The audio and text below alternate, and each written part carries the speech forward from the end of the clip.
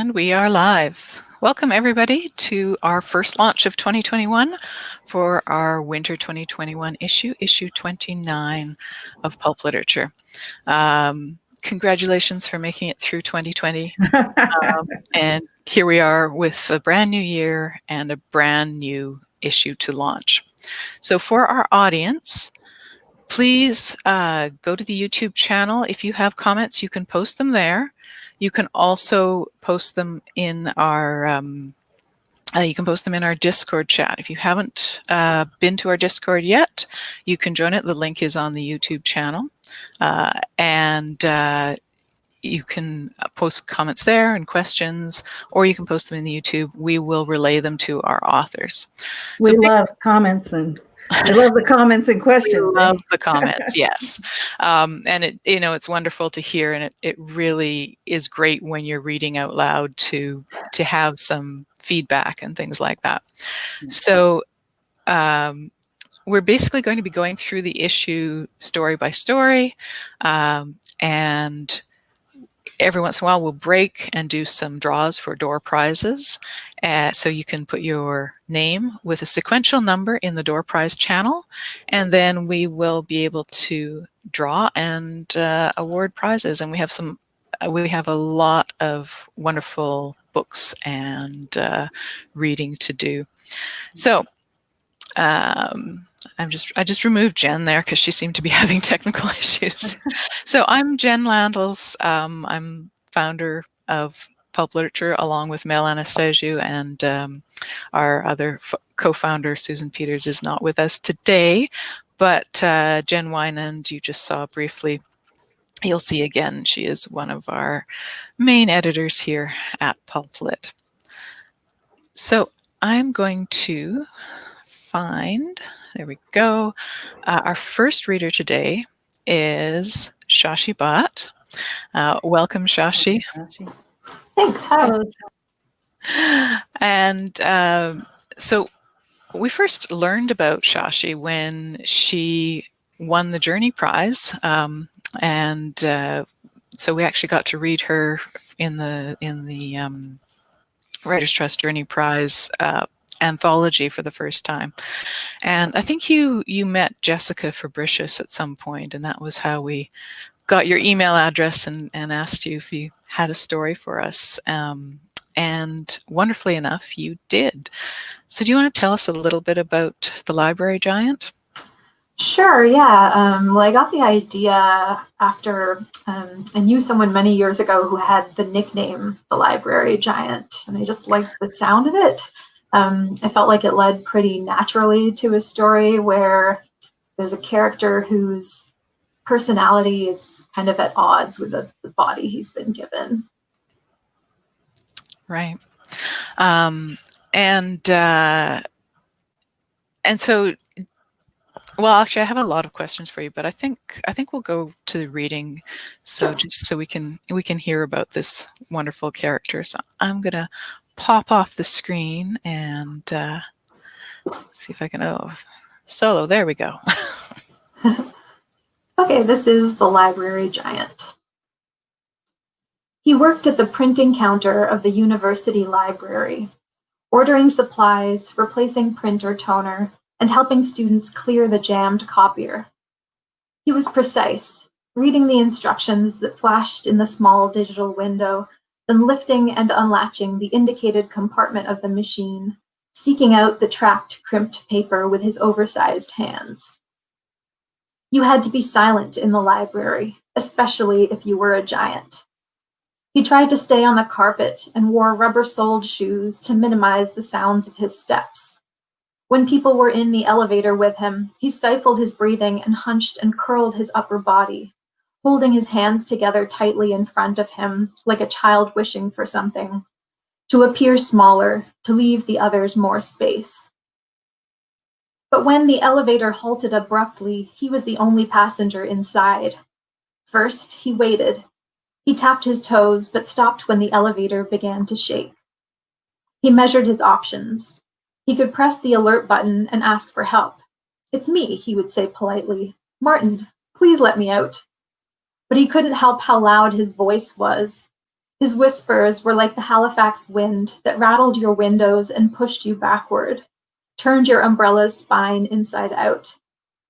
He decided to be patient, because someone would eventually need the elevator and realize it was paused somewhere between the first floor and the fourth floor, where he had been headed to find a book to read during his break.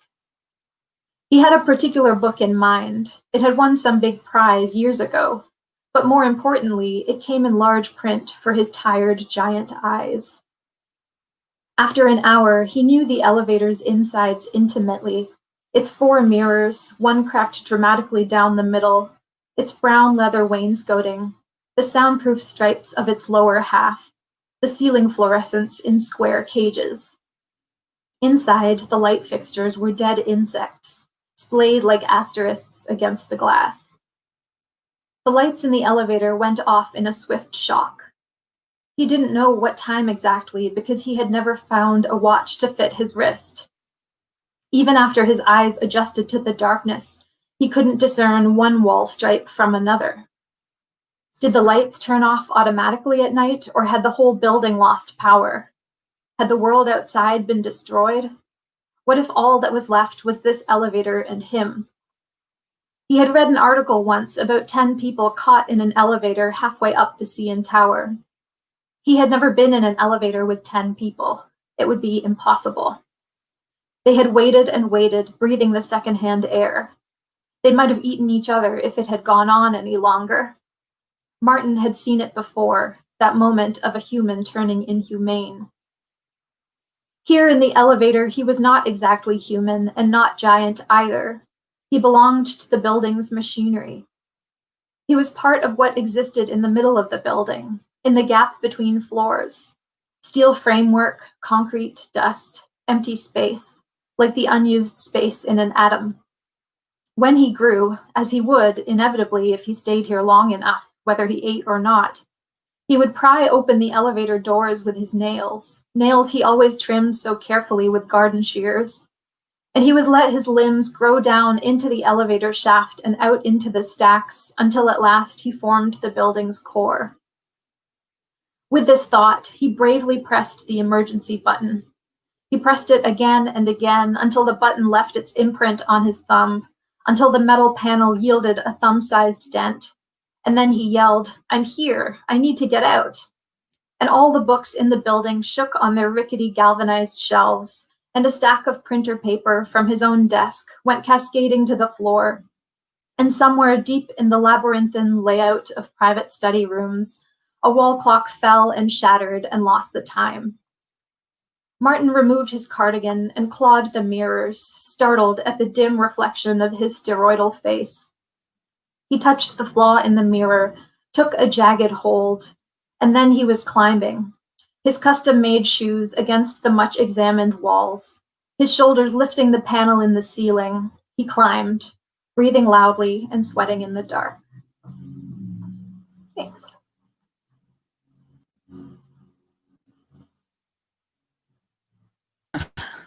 That was wonderful. Thank you, Shashi. That's such a lovely story, and it's so simple and so deep. Like it has all the feels in it, and yet it's just so very simply told. Thank you. That's what I was going for.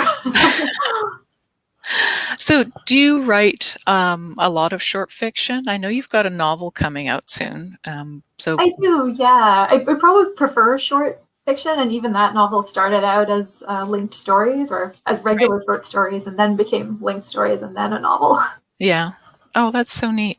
And tell us a little bit about your novel that's coming out. Sure. So it's about a girl. It's called The Most Precious Substance on Earth, and it's about a girl. She's 14 and has a traumatic event happen at her high school. And then the book follows her as she grows up to become a high school English teacher herself. So it's kind of about the long-lasting effects of trauma, also about the relationship between teachers and students, and about the ways in which women are conditioned to be silent. Right. That's important reading. And when's it due? Fall 2021. Right. This year. Which is a long wait, but I'm sure the time will go quickly. Yeah. If last year is any indication, but no, but that's very exciting. And feel free, if you have a link from your publisher or anything like that, feel free to put it in the launch chat so people can find it and keep track of when it's coming out, because we're certainly going to be looking forward to that. I'm going to bring Mel on stage now. As she warms up for her reading. I love that story, Shashi. Thank you so much. Brilliant. Yeah. Can you tell us a little bit about just about your background as a writer, like how you got to where you are now? What was your journey? Oh, feels like a long journey. I think it is for everyone. Yeah, I guess when I was an undergrad, I was pre-med, but I always wanted to be a writer and liked writing, and then just ended up getting an MFA in fiction instead of going to med school. So it all started there. And then, yeah, now I teach and I edit a literary magazine and write. So whole career based around writing. Right. Well, I dropped out of my genetics major in third year and switched to English. Oh, really? Yeah. But, okay. Well, thank you so much, Shashi. Stay around, and audience, if you have any questions, please post them in the chat, and we'll. It takes a while sometimes for them to show up for us, so we'll bring Shashi back on to answer those. And you can also talk directly to her in the Discord chat. So thank you so much. Thank you. So Mel here, my partner in crime, has the the second story place in this magazine, and it is the well-beloved Frankie Ray, the extra. So for those of you who've been following along, Frankie is this wonderful character who fled Vancouver for Hollywood in the 1930s to become a star, and she seems to be becoming a detective instead. So, Mel, tell us a little bit more about Frankie. Well, when she was a substitute school teacher back in Vancouver, she and her girlfriend, Connie Mooney, were in amateur theatrics, and Frankie was often taking the man's role. She had the jawline for it. And so when they run away to Hollywood to become extras and wishing to become movie stars, instead they wind up with the body of a dead movie star on the couch, and Frankie herself is accused of the crime. She's got a really bad witness because Billy Starr is a starlet who loves to drink too much. But Frankie, disguised as Frank Achilles, the very handsome man, gets herself a screen test and follows Billy Starr into Monument Studios to do a screen test, but really to interview Billy Starr and find out who killed Gilbert Howard. So a sleuth with star quality is the title of this novella. A publicity. Go ahead. You suddenly muted, so just start over again. Just a sleuth with star quality. A publicity fellow in a pinstripe suit jumped at Sampson's order. He slotted Frankie in for the last screen test of the afternoon and led Frankie along winding corridors into makeup. She found herself in a little room that smelled like no room Frankie had ever been in before. Perfumery would be below Frank Achilles' notice, of course, but as a woman, Frankie wanted to bury her face in all the blousy, bosomy scents, as thick and unfrench as porridge. Instead, she hurried to smear on her pancake foundation before the makeup artist, Lita, could snatch the tin from her.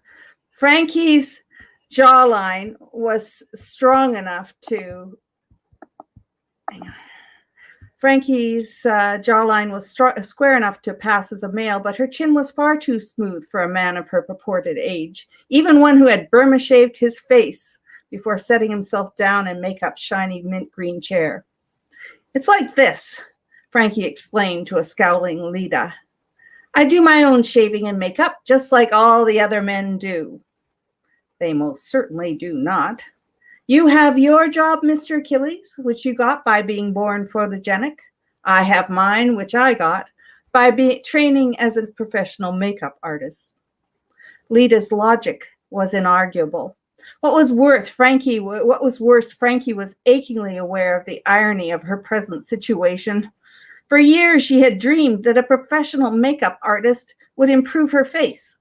Now Monument Studios was doing for Frank Achilles, her alter ego, exactly what Frankie had despaired of. She couldn't decide which was worse: to dream of being discovered by a movie producer and never have the dream come true, or to be discovered, but as somebody else, viz. Her alter ego, the non-existent Frank Achilles. What made the whole thing truly unbearable was that as Frank Achilles, she didn't have time to make a good test. She must find Billy Starr. She'd already been sitting here at Lida's mercy for 10 minutes. How long until she might make her escape? She eyed the door. Marietta might have taken Billy anywhere inside Monument Studios, but here in the central building was as good a place as any to begin looking for her. Lida crossed her arms over her mint green smock, which was the same color as the mint green walls. The color matching between employee and decor should have been charming, but actually the effect was to make Lida's head appear from certain angles to be floating freely above the ground. "Young man, we're in a depression if you hadn't noticed. Are you trying to rob me of my job?" "I won't tell if you don't." In case Lida's sharp eye had noticed how superhumanly smooth her chin was, Frankie chanted softly as she smoothed peach-colored paste along her cheek. "Does your husband misbehave, grunt and grumble, grant and rave? Shoot the brute some Burma shave.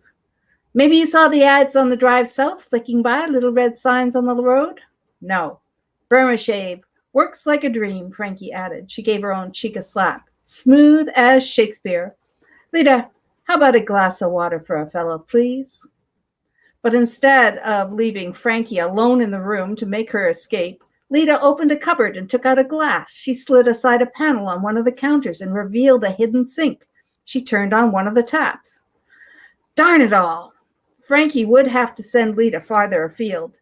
How about a sandwich, too? Frankie herself liked cucumber sandwich with butter, salt, and pepper, but that was strictly female fare. However, she well knew Champ's collation of choice and swiftly added, "Roast beef, please, with horseradish." It was becoming easier and easier to act like a man. "Anything else you want? Champagne from a golden fountain?" "You ought to be in pictures, Lida. You're a pretty funny gal." Thanks, Mel. That was awesome. You ought to be in Thanks. pictures. You ought to be in pictures. Yeah. I It's wanted to go to Hollywood in 1934. it's such a great feeling for the time you've got there, and you really do feel like you're in 1934. I mean, Thanks. not that either of us were actually there, although we're old, but not that old.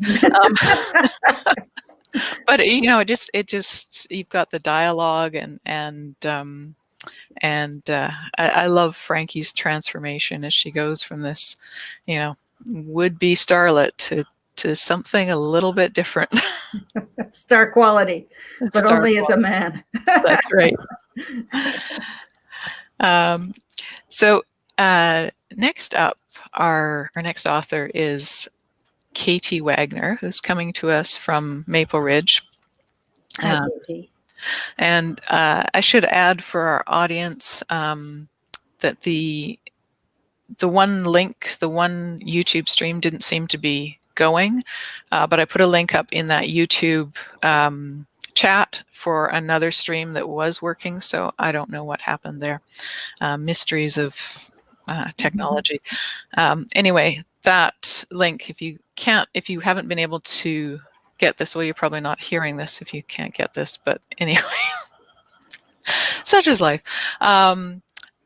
Anyway, hopefully our backstage people can forward the correct link in the Discord chat so that everybody's seeing this. And so this is, like I said, KT Wagner. This is the second time we've published her in Pulplet. Last time was fall 2019, and it's delightful to have her work again. We've known Catherine, well, pretty much since the magazine started. She's always been a wonderful supporter of ours, and we've written together, and we've done retreats and hour stories together. So Cabin Fever was the one she gave us in 2019. And this year, the one we have is a take on the Snow Queen, which it really is a nice link because back in winter 2015, we published a story by Eileen Kernahan, which was also a take on the Snow Queen. And these are two very, very different takes on the same fairy tale. So I'm going to hand the mic over to KT and let you tell us a little bit more about it. Thanks, Jen. Hi, Mel. Hi. Yeah, the thing about the Snow Queen is it's such a long fairy tale, and it has a number of different stories. And the third story is the old woman who knew witchcraft. And it's where Gerda goes when she sets out to look for Kay. And I always wondered why she left. It seemed like such a nice place with talking flowers. And so my retelling is basically that she didn't leave. And yeah. All right. Well, let's hear a little bit. Great. Okay, Winter's Flower. The late September sun warms Gerda's arthritic knees while sparrows chirp from the roof. Her knitting needles slide and click, keeping rhythm with the squeak of her rocking chair against the porch floor. Across each row, she knits in the present, then purls back in her memories. She learned to purl after Nan died, and every day since Gerda remembers Kay. Today, her daydream is about their childhood garden in the garrets and gutters of a faraway town. Her hands turn the row and the sweet scent of fall roses wafts by. She brings the yarn to the front and remembers the roses of her childhood. They flourished in wooden rooftop boxes. We're happier here planted in the ground, the present-day roses sing when she knits a row. Gerda lives on the other side of the world from where she lost Kay so long ago. Now she knits her memories of the boy she loved into every garment she makes. The elaborate lace patterns were impossible in garter stitch. They required the memory pearls. Initially, the memory of grief drowned her, but she now knows Kay's still alive. The flowers told her. Gerda loops yarn around the needle, drops a stitch, then purls 3 together. More than 60 years have passed since the old woman, Nan, moved Gerda and the entire house to southern British Columbia. Gerda still marvels over that magical feat. She held Nan in awe for so long and still misses her despite everything. In Denmark, gawkers and others who'd read the story disturbed them constantly. Some accused Nan of terrible things and tried to lure Gerda away. The endless need to protect their privacy had taxed Nan's magic. This location is home now, reasonably far north, but outside of the Snow Queen's range. Gerda's been around magic most of her life and always longed for some of her own. There's nothing you can do, child, Nan had sympathized. Perhaps that's why the river brought you to me. Nan has since passed to the realm of moons and stars, but some of the old woman's earthly magic persists. For so long, Gerda believed Kay and the Snow Queen only existed within the story. She'd wondered aloud at the intensity of her love for the boy, a character in fiction. Nan had explained while she taught Gerda to knit. Your deep attachment to the little boy proves the story is powerful and timeless. Heat from Nan's gnarled, guiding hands radiated into Gerda's small fingers as she struggled to manipulate the wooden needles. The warmth of the memory is tinged by the ice-coated realization of betrayal Gerda works hard to ignore. The cold has seeped across the back of her neck, and she shivers and reaches for a shawl.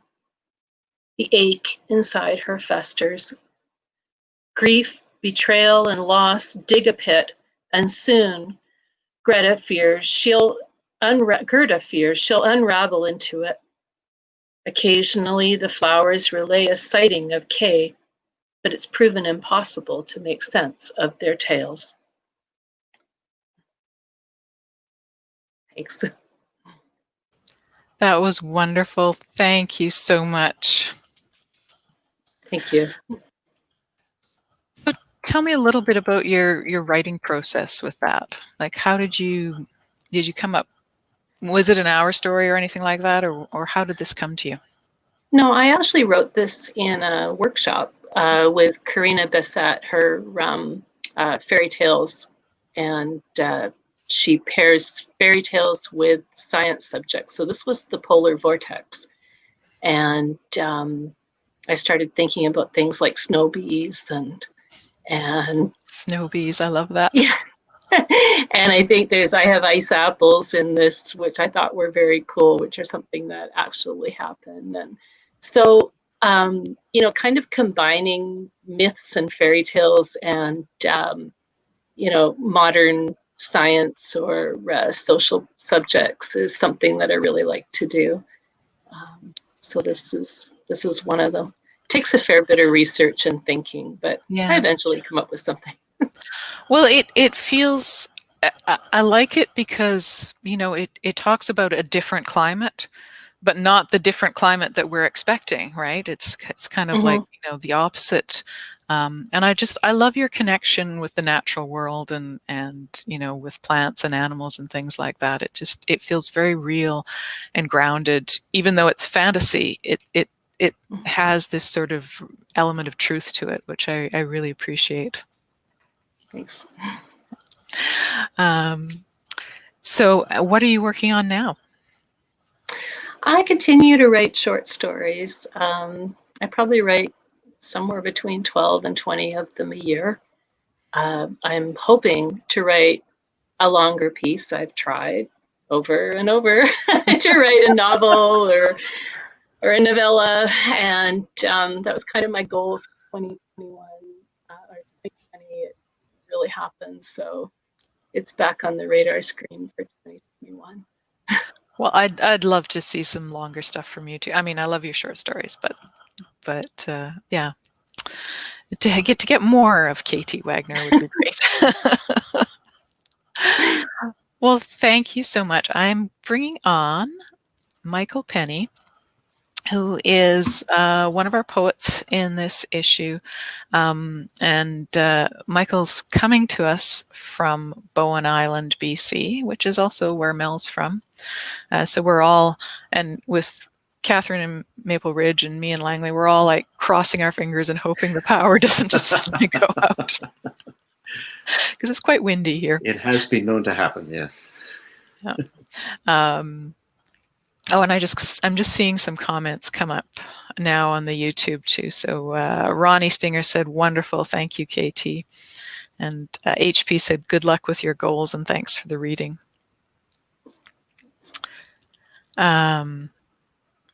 So we'll say goodbye to KT, but do stay around in case there are more questions. And so, Michael, you're quite a a storied poet. You've been doing this for a while, and how you've published, I think, 5 books. Is that right? I have, going back about, my goodness, 30 years. Long time, anyway. Right. I joke that I've been doing it long enough that I have outlived my publishers. The first 3 publishers are gone, but I'm still here. So Right. Well, we're glad of that. And one of the interesting things about this issue, and it's funny, when we're putting issues together, we don't necessarily plan this, and we don't choose the poetry. Our wonderful poetry editors, Daniel Cowper and Emily Osborne, choose the poetry. But it seems there was just kind of a vibe this time around of stories and poetry of place, and like I said, it was a wonderful kismet that your and our other poet for this issue, Abner, who's coming up later, both of your poems are about place. So can you tell us a little bit about it? Yeah, sure. Kalaloch Beach is a beautiful, wide, sandy beach on the western side of the Olympic Peninsula in Washington, United States. We visited it in August of 2019, and we were walking along the sand. I'm sure you've all had that experience where the sand is hard enough that you can walk along it and not feel that you're under any pressure. And there was this thing in the distance, and it was a bit intriguing. And, well, the poem explains that we didn't understand what it was until we got closer. And then when we got closer, we discovered that it was a dead whale. And of course, that just had firstly, you have no idea how big these mammals are until you're standing next to one. That's the second point. And the second point is it's very difficult to stand next to them because it stank like you wouldn't believe. Oh, I bet. But of course, I had to, we have this fascination with these creatures. I'm not quite sure why, and I don't feel that I managed to convey any of that in the poem, but there it is. I felt I had to write about it. All right. Well, let's hear this lovely poem. Okay, and it's called Kalaloch Beach, Washington. When I first saw it at a distance, it was rock or oversized drift log. The seagulls were also intrigued. As I walked closer, the exposed jawbone told me what it was, and the wind stank solid of salt and weeks-old meat. It was a juvenile whale, a gray, that had beached on Independence Day. 2 weeks had split the skin and the intestines. Life's plumbing spilled pillowy as dark clouds. Its tail and fins were ragged stumps with no reason to swim. The split skin had reddened with sun and decay, and everything was so very still. Until the seagulls squawked. I was interrupting a peccable buffet, and life did have to get on. It was hard to walk away. When a body's no longer needed by its departed owner, what death leaves behind remains for us a compelling display. Thank you. That was lovely. So vivid, and yes, I can almost smell the dead whale. Yeah, I don't know what it is, and I know we had a discussion about the number of poems that feature dead animals, and even today, when I walked the dog this morning, we found a dead deer, and then a little while ago I was called out into the garden because my wife wanted me to pick up a hummingbird. And what I do with these creatures is I take them into the forest next door and put them down and put a little leaf or something over them and let nature take care of them. But, I have a horrible feeling the planet is trying to tell us something. And We should That heed was that. that was what I felt too, like a year ago when this virus was first, appearing. It's like, is the planet telling us something? And the interesting thing is, in our submissions this year, our fiction submissions, there have been so many dead animals. Some of them It's not funny. funny, sorry. I mean, it gets to a point of comedy, and you'll actually, in the next, I believe the next issue, in the spring issue, there are 2 stories featuring dead hamsters, and one of them was one of them we chose. Can we pick this story with this dead hamster in it? The other one was a contest winner, so it's like, well, okay, this is out of our hands. Our judge Matt Hughes picked this one, but there were so many in our most recent Raven contest featuring dead animals that it was. And it's all in different contexts and different different feelings and things like that. But it is an interesting sort of zeitgeist. Well, I think it's a way of our avoiding thinking about ourselves as dead animals. Maybe, yeah. And but at the same time, anyway, I did do some research after finding this whale and writing the poem, and that's how I knew it actually had stranded on July 4th. Right. Which just, I mean, you can't make up metaphors like that. No, you can't. Again, the cosmos gives them to you. Yeah. Independence Day, and of course, that's not what happened to the whale. And apparently, it's a phenomenon every year. 3 or 4 of these whales just strand themselves. No one knows why. No one knows how to prevent it. We just have to contemplate it and see what it may mean for us. Yes, yeah. So, what are you working on now? Are you still writing poetry? Are you? Oh yeah. No, I'm almost embarrassed about how much I write, and whether it's any good or not, who knows. But like you, actually, I started off as a scientist and switched to English as an undergraduate. Even got a master's degree at the University of New Mexico. One of my classmates was a young native poet named Joy Harjo, who has gone on to bigger and better things. But then there's no career available, so I copped out and went to law school and got distracted by a legal career for about 25 years, but writing all the time. And I think, again, something I said to you earlier, I have tremendous admiration for fiction writers, especially novelists, because of the ability to work on the long form and to have the stamina to do it. And I sometimes wonder if I didn't default to poetry because, when you just have half an hour or so, that's what you can get done. But now the legal career is over, so yes, I'm very much enjoying being a full-time writer. Although none of us write full-time, we have to live lives. But well, yeah. And there you go. And I very much appreciate Daniel and Emily for picking this poem, and Pulp Lit for publishing it. Thank you. Well, it's interesting that so many lawyers become poets, because Daniel is a lawyer by profession.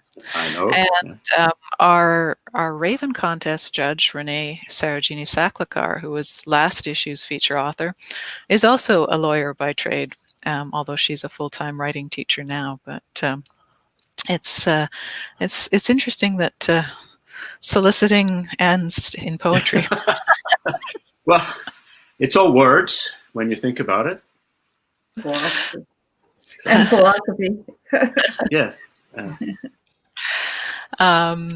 So I've just brought Jen and Mel on to do our prize draw. So you might as well stay on in this nice 4-person layout. So is one of you in the Door Prize Discord chat there who can tell me when I roll the dice? You can tell me who won. I am now. Yes. Okay, yes. Great. I have a purple and a blue 20-sided die here. So first digit is 2, and the second digit is 5. Do we have a 25? We do not have a 25. Oh, more people need to put their names in there. They do. Let's roll again.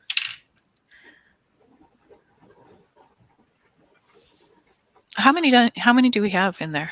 We have 16. Oh, okay, I'll just roll one die then. That's easier. 7. 7, Tanya Lyle. Tanya, you have won a digital copy of this current issue, which should be available soon. So make sure we have your email address. I think we do, but put it up there again,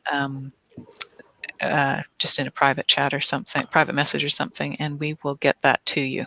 Congratulations. And we do have more people are entering now, so the numbers are going up, yes. They're going up. All right. So I'm going to bring you guys off and bring Brandon. Thank you, Michael. Stay around and Thank you. I will. Questions.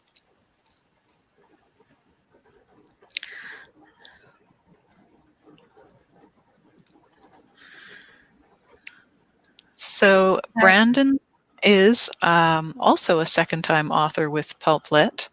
We published him back in, I think it was the autumn of 2017, issue 16. And it was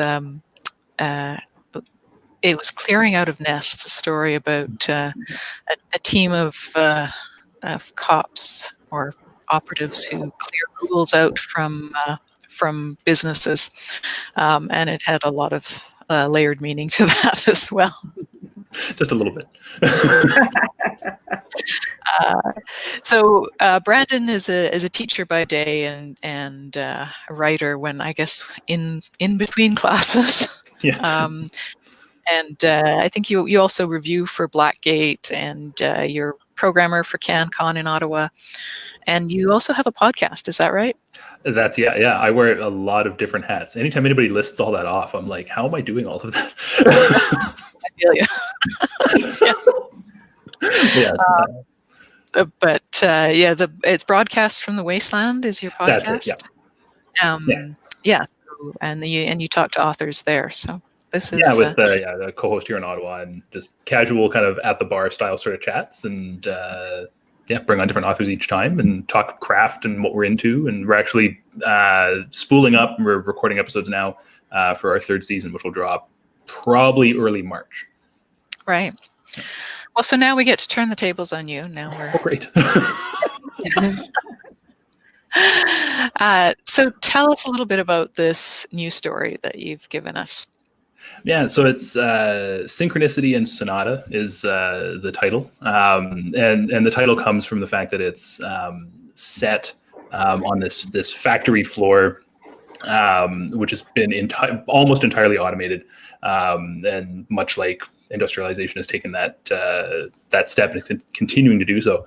And Sonata, from the fact that one of the main characters in the story is about music and conductors specifically, and it centers on a character named Eloise, who is partly responsible for this new system they have, where basically when somebody is near death or volunteers for this, they can upload their consciousness into the factory in an effort to make it more efficient and kind of use that little bit of human intuition that people have that machines don't have, and hopefully help the factory run a little bit smoother. All right. Well, let's hear a little bit about it, or a little bit from it, rather. Yeah. So I'll just read the first little bit from this, which, as I said, is Synchronicity and Sonata. Over the sound of machinery, Eloise could almost drown out Barrick's voice behind her. It didn't matter that she had known Barrick for decades, that she celebrated Eid with his family every year, and had gone to him more than once for comfort during Rebecca's worst days. Today, it was like when she used to work the floor. Barrick was just a suit trying to get in her way. Eloise, you know better than anyone that protocol 3 steps above him. She turned and glared. And who wrote that protocol? Barrick paused with both hands on the stairs railing. She saw the admission in his eyes, but the fact that he wouldn't even say the name Rebecca only made her angrier. Behind him, the young foreperson, Eloise hadn't bothered to get her name, wrung her hands, trusting Barrick to handle the situation, but still feeling the need to follow along. Apparently, she didn't think she needed to be in the control room. With the core, this place will truly run itself, the board of directors had championed. She always thought Rebecca insisted on working with the board and staying on as foreperson because she didn't trust the new system. Or maybe she had just been a creature of habit. After this week, Eloise doubted how much she had known her wife. I've been a company shareholder for longer than you've worked here, Barrick. Shareholders' agreement says I have a right to inspect my investment with proper notice, not to mention proper attire. Eloise tapped the hard hat she had grabbed below. Barrick looked pointedly at her black dress and high-heeled shoes, the latter still muddy from the funeral. If you care that much, call security. Before Barrick could plead some more, she said, I just need to look. But the core doesn't. The foreperson dutifully stared at her boots the moment Eloise's glare shifted. Barrick's expression softened, reminding her so much of everyone else at the funeral that she felt an old desire to find a tool and smack it against something just to vent. Her years working the floor had made a mark on her beyond the physical one she still felt when she flexed her right hand. That surprised her, since her coding work had helped eliminate most of the jobs her friends and colleagues had cherished. To help them find safer work, better work, she told herself at the time. Entering the factory now, she felt like an unwitting accomplice in a fate she would never have chosen. You don't really think you'll find her out there, do you? Barrick asked. I did before, Eloise thought. And that's actually where I'm going to leave it. That was great. Thanks. It really makes me want to read more, even though I've read it. Thank you. I appreciate that. So tell me a little bit about the inspiration for this story. Sure. So even though, like as you mentioned, I'm a high school teacher by day and history teacher and an academic, a lot of people in my immediate family are tradespeople. My brother is an electrician. Both my grandfathers worked in different trades for all of their life. And so I've always been around tradespeople. And one of the things that's always fascinated me, particularly in my brother and my grandfather on my mother's side, is this kind of knack that people have for machinery and figuring out why things are working or why things aren't working, and partly because it's something that I've never had. Like there's something there that unless you're dedicated to the trades and you have this gift for machinery that nobody can replicate, including technology. And so I started thinking about that, and then kind of coupled it with this fact that we're surrounded by more and more technology all the time, and we're all our lives are more integrated with technology constantly. So I started playing around with this idea of, where is this kind of human spark and all of that? And is there a place for that in industry, even as we continue to automate? That's so cool. It's just a really cool concept and nicely told. Oh, thank you. So what are you working on now? It was funny listening to KT because I'm kind of the opposite of what she was talking about. I haven't written much short fiction lately. I have 2 novels that I revised through 2020 somehow with everything that was going on.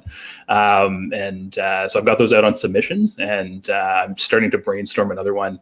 And then gearing up for the podcast and more CanCon stuff. So it's mostly been long fiction of late. But it's nice to start off the year with something in pulp literature. Right. And what are the novels you're shopping right now? So one is, they're both second world fantasy, kind of science fantasy sort of blend. One, the elevator pitch that I give is, it's kind of like The Predator if it was written by James Gunn. And so that one's out. It's actually with an agent right now, so fingers crossed. The second one is, I don't know if as efficient of a tagline for it, but it's set on this broken planet, like literally broken, like the core split, and it's protected by this bubble of atmosphere that's maintained by these essentially giant squid-like aliens that the inhabitants of this planet think are their gods, and so they're orbiting all the time. And it centers on a couple of characters dealing with the various political and kind of religious conundrums going on in that world. Cool. Oh, good luck with those, because I'd like to read. I hope they come out so I can read them. I'll keep you posted. All right, I'm just going to bring Jen onto the stream now. And I'm just going to read a few comments that have come in. So I'm just catching up on comments now. So Margarita Escobar said to Catherine, "Great reading, can't wait to read the whole thing." And Nancy said to Michael, "Such a memorable poem, great ending." And Cadence, "Enjoyed your poem and all your thoughtful comments about our zeitgeist." Thank you. And HP said, "I agree with Michael. I find I need a longer period of free time to work on fiction while I can weave poetry writing in between busy days and research deadlines." And Margarita said, "Hi, Mel, you look great." So, and Suzanne Cottrell said, "Thank you, Michael. I enjoyed your poem." And Cadence said, "What a great concept, Brandon. Looking forward to reading the full story." Mhm. And KT said, "Enjoying the readings." So she's now in the audience. So thanks, Brandon. I'll play you off backstage now. Perfect. Thank you. So we have this issue, we have almost all our authors reading, which is unusual for us, usually because, well, geography gets in the way and all sorts of things like that get in the way. But because we had such a complete overview of the magazine, we felt bad leaving ones out. So Jen is just going to talk a little bit about the story that comes next, which is Hunter Undead by Aaron K. Wagner. It's, yes, speaking of dead animals, how do you feel? I pulled out a bit of the intro part. Jen, might I read some of that? Please do. Okay, so this is The Hunter Undead by Aaron K. Wagner, who grew up in Southeast Ohio on the border of Appalachia, but now lives in Central New York. And unfortunately, Aaron couldn't join us today. But this is just, it's such a beautiful and evocative story, speaking of landscape and language. And I will caution that there is some Icelandic, and I have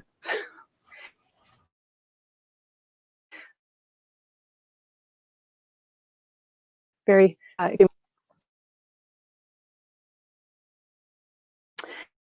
The Hunter Undead. You just hang on a sec, Jen. You're just breaking up a little bit. Okay. We just got, maybe just close your Discord window if you, that might just give you a little more bandwidth. Okay. I do have teenagers in the house, and they also like to use, doesn't matter the warnings. How's that? Is that any better? It's good now, yeah. Okay. So, The Hunter Undead by Aaron K. Wagner. I was not a man, and it was man's work to hunt the puffins on John K. Island. Nonetheless, I was Breet Jacob's daughter, and the other men knew and loved Jacob in their own fashion. Jacob was ill, and I had been to the doctor with him. He seemed small on the examination table, his stomach concave and his back bowed. The skin of his torso was white, where it had never been exposed to the ocean winds. He had folded his yellowed undershirt and his cable sweater carefully and set them on the chair. The doctor was a long time in coming, and he held his hands, chapped, nails cracked, in his lap, uncomfortable while he waited. "Tell the story, Father," I said, thinking the old pattern of the words might relax him. He had been the one to tell the tourists who visited the island the story of Grettir the Strong, the outlaw who had lived there in his exile some 1,000 years ago. He shook his head. "Bad luck here," he said. So in Jacob's absence, the men suffered me to come along. It was their way of saying to my father, "Get better," because a girl could not work with them for long. But they had not seen him, suddenly ancient. They had a way of avoiding the street and the house, a way of avoiding Sother Croker during the spring hunting season. My father sat often in the window of the upstairs bedroom and looked out over the white-roofed houses to the slate waters of Skakafjörður and the square bulk of Dronke. We say that Dronke's 2 rocky outcroppings from the sea are the figures of a she-troll and her cow turned to stone on the sun's rising. There was once a he-troll as well, but it has collapsed under the ocean and disappeared. I drove every day, early in the morning and late in the twilight, back and forth between Sother Croker and the coastal farm from which the boats left. I didn't steer the boat on which I rowed, but sat on the piles of net used for hunting. The other hunters, dressed in jumpers and overalls, stood around me, rocking with the movement of the boat. Wind and water splashed up, cold and arctic, and glistened on my jacket. I watched the rocky cliff of the island draw closer. We circled around the outcropping, the she-troll. Its surface was white with guano. The birds flew up in spirals, mirroring the backwash of the boat. They were black and white and orange. It seemed a shame almost to catch them, to stop their flight. That was a lovely reading, Jen, and I think you're fine with the Icelandic. Okay. It was Google Translate and then anglicize the pronunciation. So well, I realized what we should have done was asked Emily, our poetry editor, because she has a degree in like Old Norse and Icelandic. There we and go. So well, it's an absolutely beautiful story, and it was lovely to revisit it and just come at it for another bit of time. And again, such a feeling of place in this one, right? It is, and it's remarkable because you mentioned it before, but when we put the In This Issue together and look for themes, they come. Yeah, they do. And so speaking of place, we have our other poet. I'll just bring Abner. And I should have checked the pronunciation of your last name. Is it Porzio? It's a Porzio. Porzio, okay. All right. So Abner Porzio is our other poet for this issue, and his poem is Californian Illusion. So again, like this strong connection to place, and I just want to say congratulations because you've just had a poem accepted in Aurora as well, Volume 2, The Boiling River. Right. Thank you. And he has a fairly, he's building up a fairly big collection of publications in a fairly short time. So I would say this is an up-and-coming poet to watch. Abner, tell us a little bit about this poem. First, I just want to say thank you for letting me be a part of this, and I really enjoy all the previous readers, and I look forward to the ones after. I'm really intrigued with the supernatural and historic houses and the people that lived in them, and ghosts. So, and I can only imagine what it must be like to be all alone in that huge mansion. And so, yes, this takes place in San Jose, California. Wonderful. All right. Well, I'm going to put you on solo layout here so we can. There you go. Take it away. All right. Californian Illusion. Heiress to the Winchester rifle manufacturer, Sarah L. Winchester, the only resident of a 160-acre Californian estate, provided 24-hour days of work, 20 carpenters, 20 servants, built 160 rooms, 1,200 window frames, 1,000 cabinets, 40 staircases, 950 doors, 52 skylights, and 40 bedrooms for 38 consecutive years. Hijinks or bust, excessive home bodybuilding. She'd run up the jumble of Victorian castles, spiral stairs that led nowhere. At midnight, a bell rang from her seance tower. Web pattern, beveled stained glass crystal windows bore Shakespearean words, wide unclasped, the tables of their thoughts, these same thoughts people, this little world. Sarah prayed for redemption for her deceased children, The widow had crossed her heart and hoped to die for atonement with the masses of Indians killed with a gun that won the West. Buffalo Bill's most prized model, the Winchester 73. According to Mrs. Winchester, her Venus flytrap of a 13-story observatory tower snacked on trespassing demons. Clear blueprints, ongoing contracts had been written to herself on napkins. Rumors have it that she was possessed by ghosts, little Indian ghouls, and that Sarah had struck a deal with the dead, the extension of her lifetime for the compliance to a never-ending construction. At 85 years of age, the recluse died face down on her organ in her empty ballroom. Oh, that's fabulous. That was so great to hear that out loud.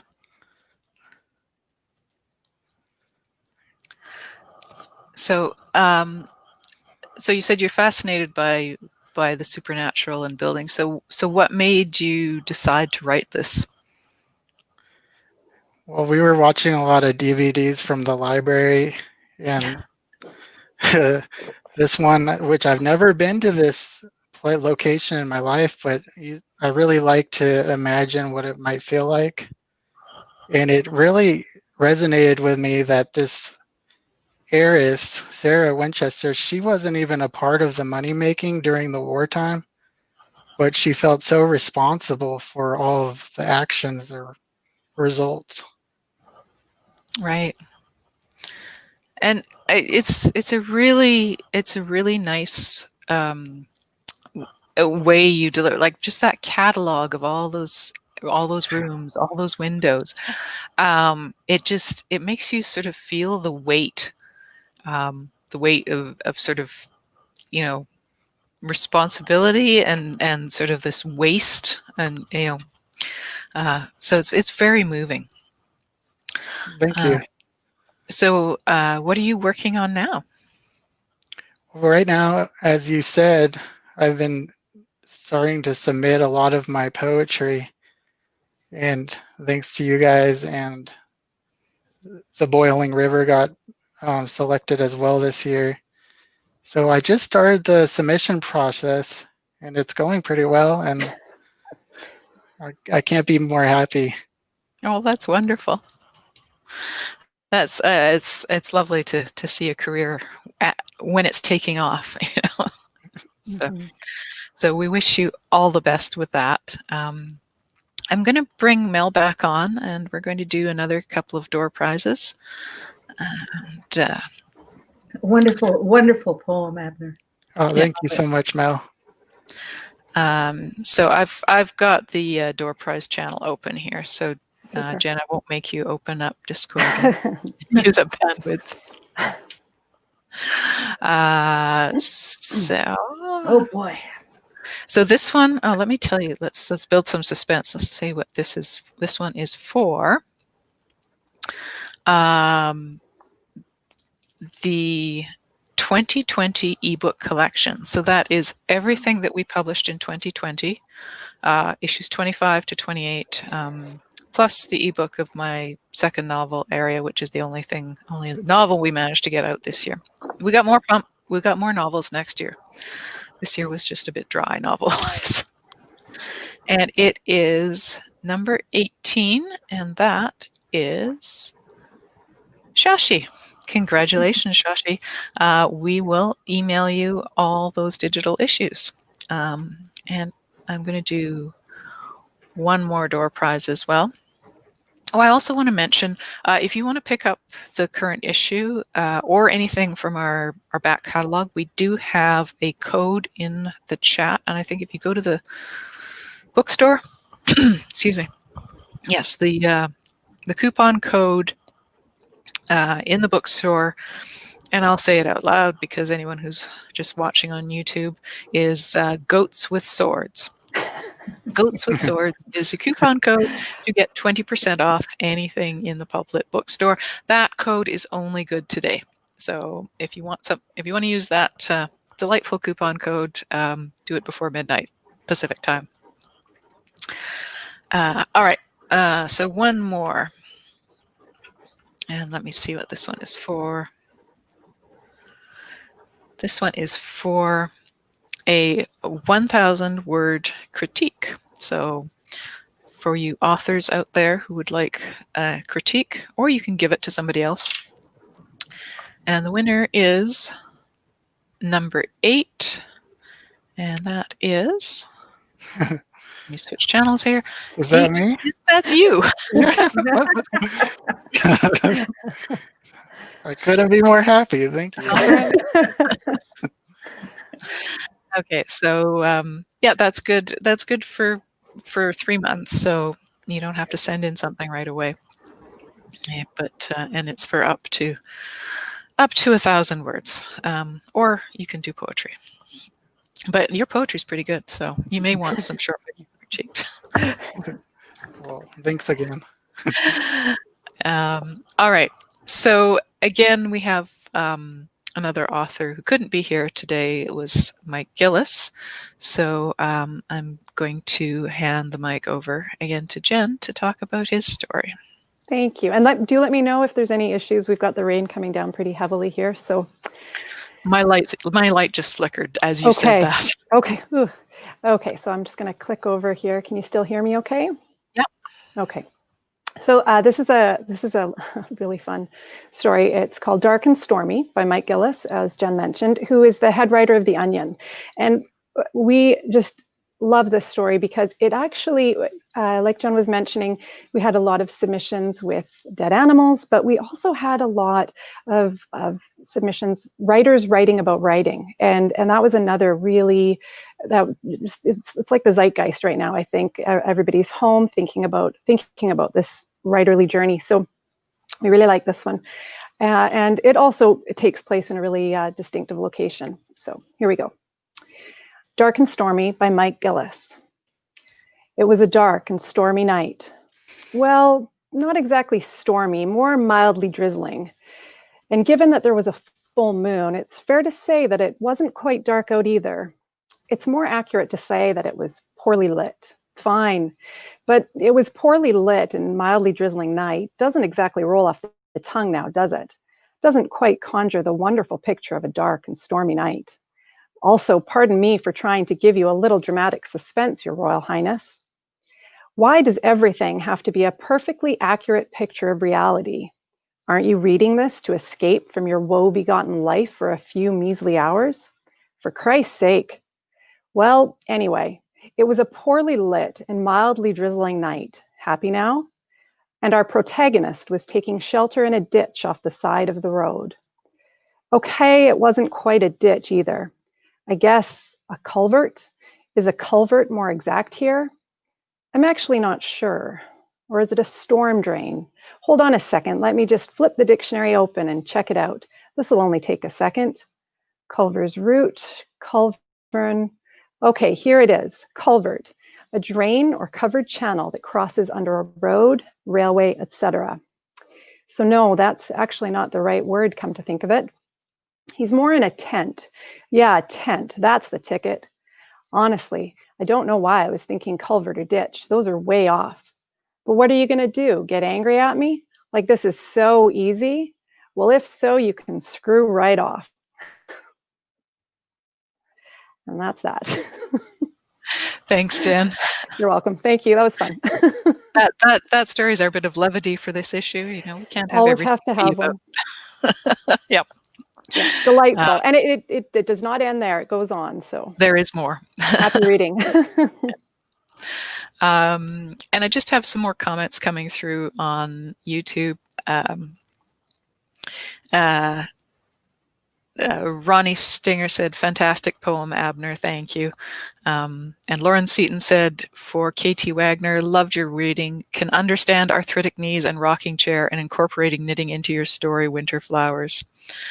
And Brandon said, the poems in this issue are so good. Yes, they are. They are wonderful. Yeah. And Pandora Ballard just said, hilarious. I assume that was for Mike's. So. All right. And now I'm going to bring on Sylvia Leong.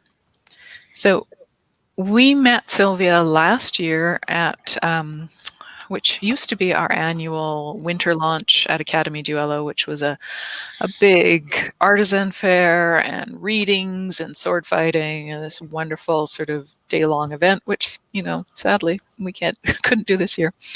But when we accepted this story, we had planned it for this issue because, well, we thought, well, we'd met Sylvia at this event and we would be launching it at this event.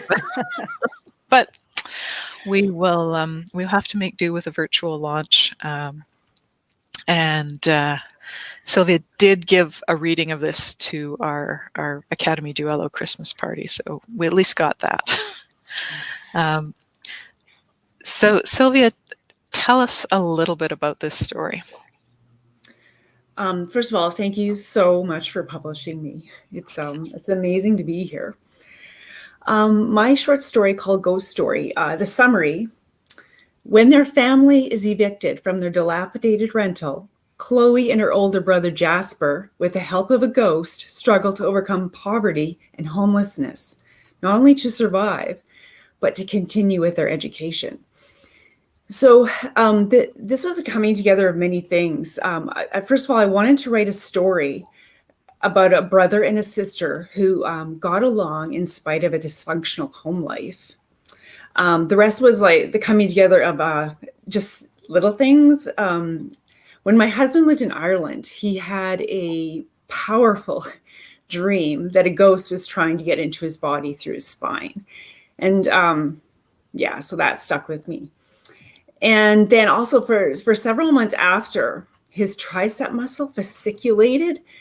No matter how much magnesium or calcium or bananas he ate. And it's gone now, but it was just bizarre because it lasted for months.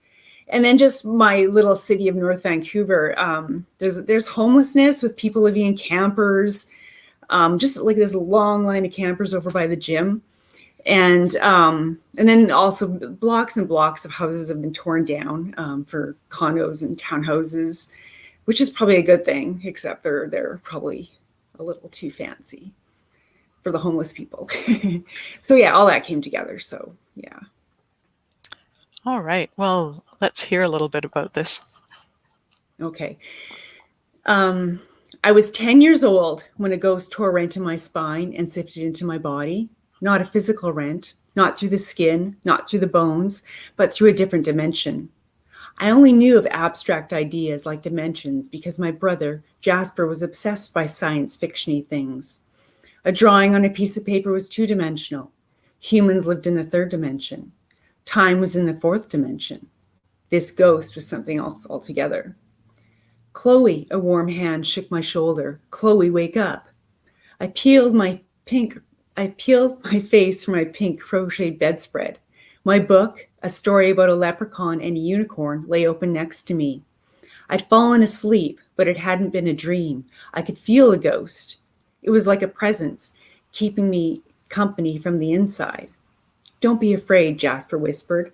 I gazed into Jasper's midnight blue eyes, his face framed with dark curls, his coloring the exact match of mine. Should I tell him? But then the ghost caressed me, letting me know her presence wasn't evil. It felt good and kind, like Julie Andrews in Mom's favorite movie, The Sound of Music. Come with me, Jasper said. There's something I want to show you. We crept down the hall through a fog of tension. They always fought quietly. Dad's hushed accusations hurled through clenched teeth. Mom's silence. She was an expert at taking a beating. It always tied me up inside. The fighting and the beatings didn't happen often, but the tension grew daily, like a red balloon inflating, until without warning it burst, leaving curled red pieces lying everywhere. The back porch's floorboards creaked under our weight. A ramshackle garage took up half the backyard, leaning to one side as though propped on an elbow. The gray wood with its peeling white paint gleamed in the rising moonlight. Except for a broom, the garage was empty. Jasper swept the concrete until drifts of dirt clung to the walls and climbed the corners. He put his hands to the floor. pushed off with his feet, and distracted me with handstands performed to perfection. Come on, Chloe, you try. The concrete was cold beneath my splayed fingers. I kicked up hard, and Jasper caught my ankles. Blood rushed to my head. I was doing a handstand. A few months after our garage gymnastics, Mum was in a car crash and admitted to Lionsgate Hospital. Each day, beneath falling autumn leaves, I walked up to visit her. I held her hand, wanting to tell her about the ghost, wishing I'd told her before, but she was unconscious, in critical condition, they said. Mum's dark hair, longer than Jasper's, curled around her milk-white face, a face that each day I burned deeper into memory. The hollow inside me grew. The ghost swirled within. A nurse wearing lavender scrubs walked in and checked a beeping machine on one side of the bed. A brassy strand sprung from her messy bun, waving as she tucked the covers securely under Mum's chin. With a cotton ball, she wiped the shine from Mum's face. My heart glowed at her ministrations. Ooh, the nurse said, the back of your arm's twitching. I held it out. It's been doing that for months. Sometimes long twitches, sometimes short. Her pinky finger brushed over the puckering dimple. Your tricep muscle's fasciculating. She drew a notebook from the pocket of her shirt and scratched pen over paper. You need more potassium, calcium, and magnesium in your diet. She tore off the page. Here. Bananas, white beans, spinach, cheese, whole wheat bread. In that instant, I decided to be a nurse. I wanted to tell people the proper food to eat. I wanted to help people who had been in car crashes. I wanted to wear something as comfortable as pajamas to work. Mum never came home. A few months later, Dad started giving Mum's beatings to Jasper, leaving bruises where no one could see. Jasper was 12. Afterwards, Dad left Jasper clutching his middle and lying on the hardwood floor. I'd hover around my brother until he barked at me to get lost. Even so, he never got physical. In the hospital, when Mum had finally woken, she'd made him promise never to hit a woman. She made him promise just before she died. Morse code. Morse code is a slow way to communicate, said Bobby Greger during his 6th grade presentation. For example, if a truck was hurtling towards your friend, you wouldn't use Morse code to warn him. Everyone in the class giggled. As Bobby continued, I was distracted by the back of my arm fasciculating like crazy. I slapped my hand over top to hide the spasms from my classmates. No matter what I ate or how much water I drank, it always came back. A panicked vibration, especially when I did something naughty, like pilfering an apple in the lunch line at school. Each letter of the alphabet is communicated through its own combination of dots and dashes. Bobby clicked the large screen to an international Morse code chart, and there's a long pause between each word. Dots and dashes, long twitches and short twitches, with long pauses in between, the language of my ghost. In the school library, I found a book on Morse code and flipped the pages until I found a chart. With my pencil poised over my notebook, I whispered, "Who are you?" Twitches long and short dimpled my tricep. I filled the notebook with dots and dashes. "Slow down," I pleaded in a whisper. Finally, the twitching stopped, and I set to translating. Minadawson.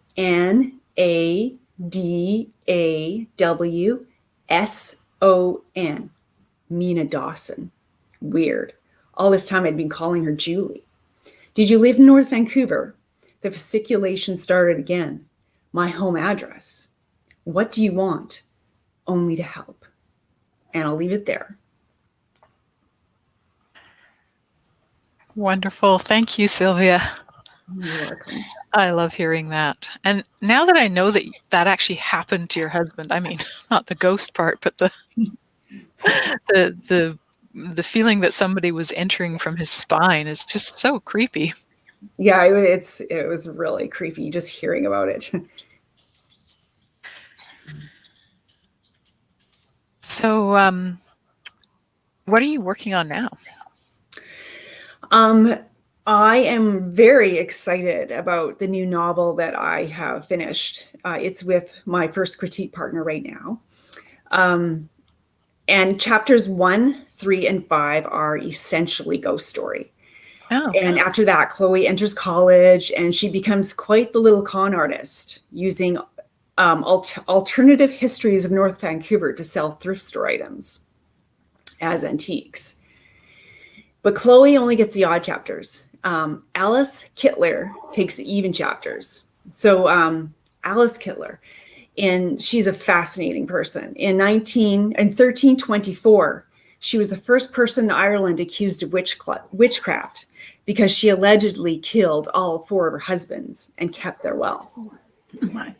And so in history, Alice somehow escaped the dungeons of Kilkenny Castle, and no one knows how or what has become of her. So I used her in my novel, and she's immortal. And so it's Alice's fault that Chloe transported back to 1908, where she meets her ghost, still alive.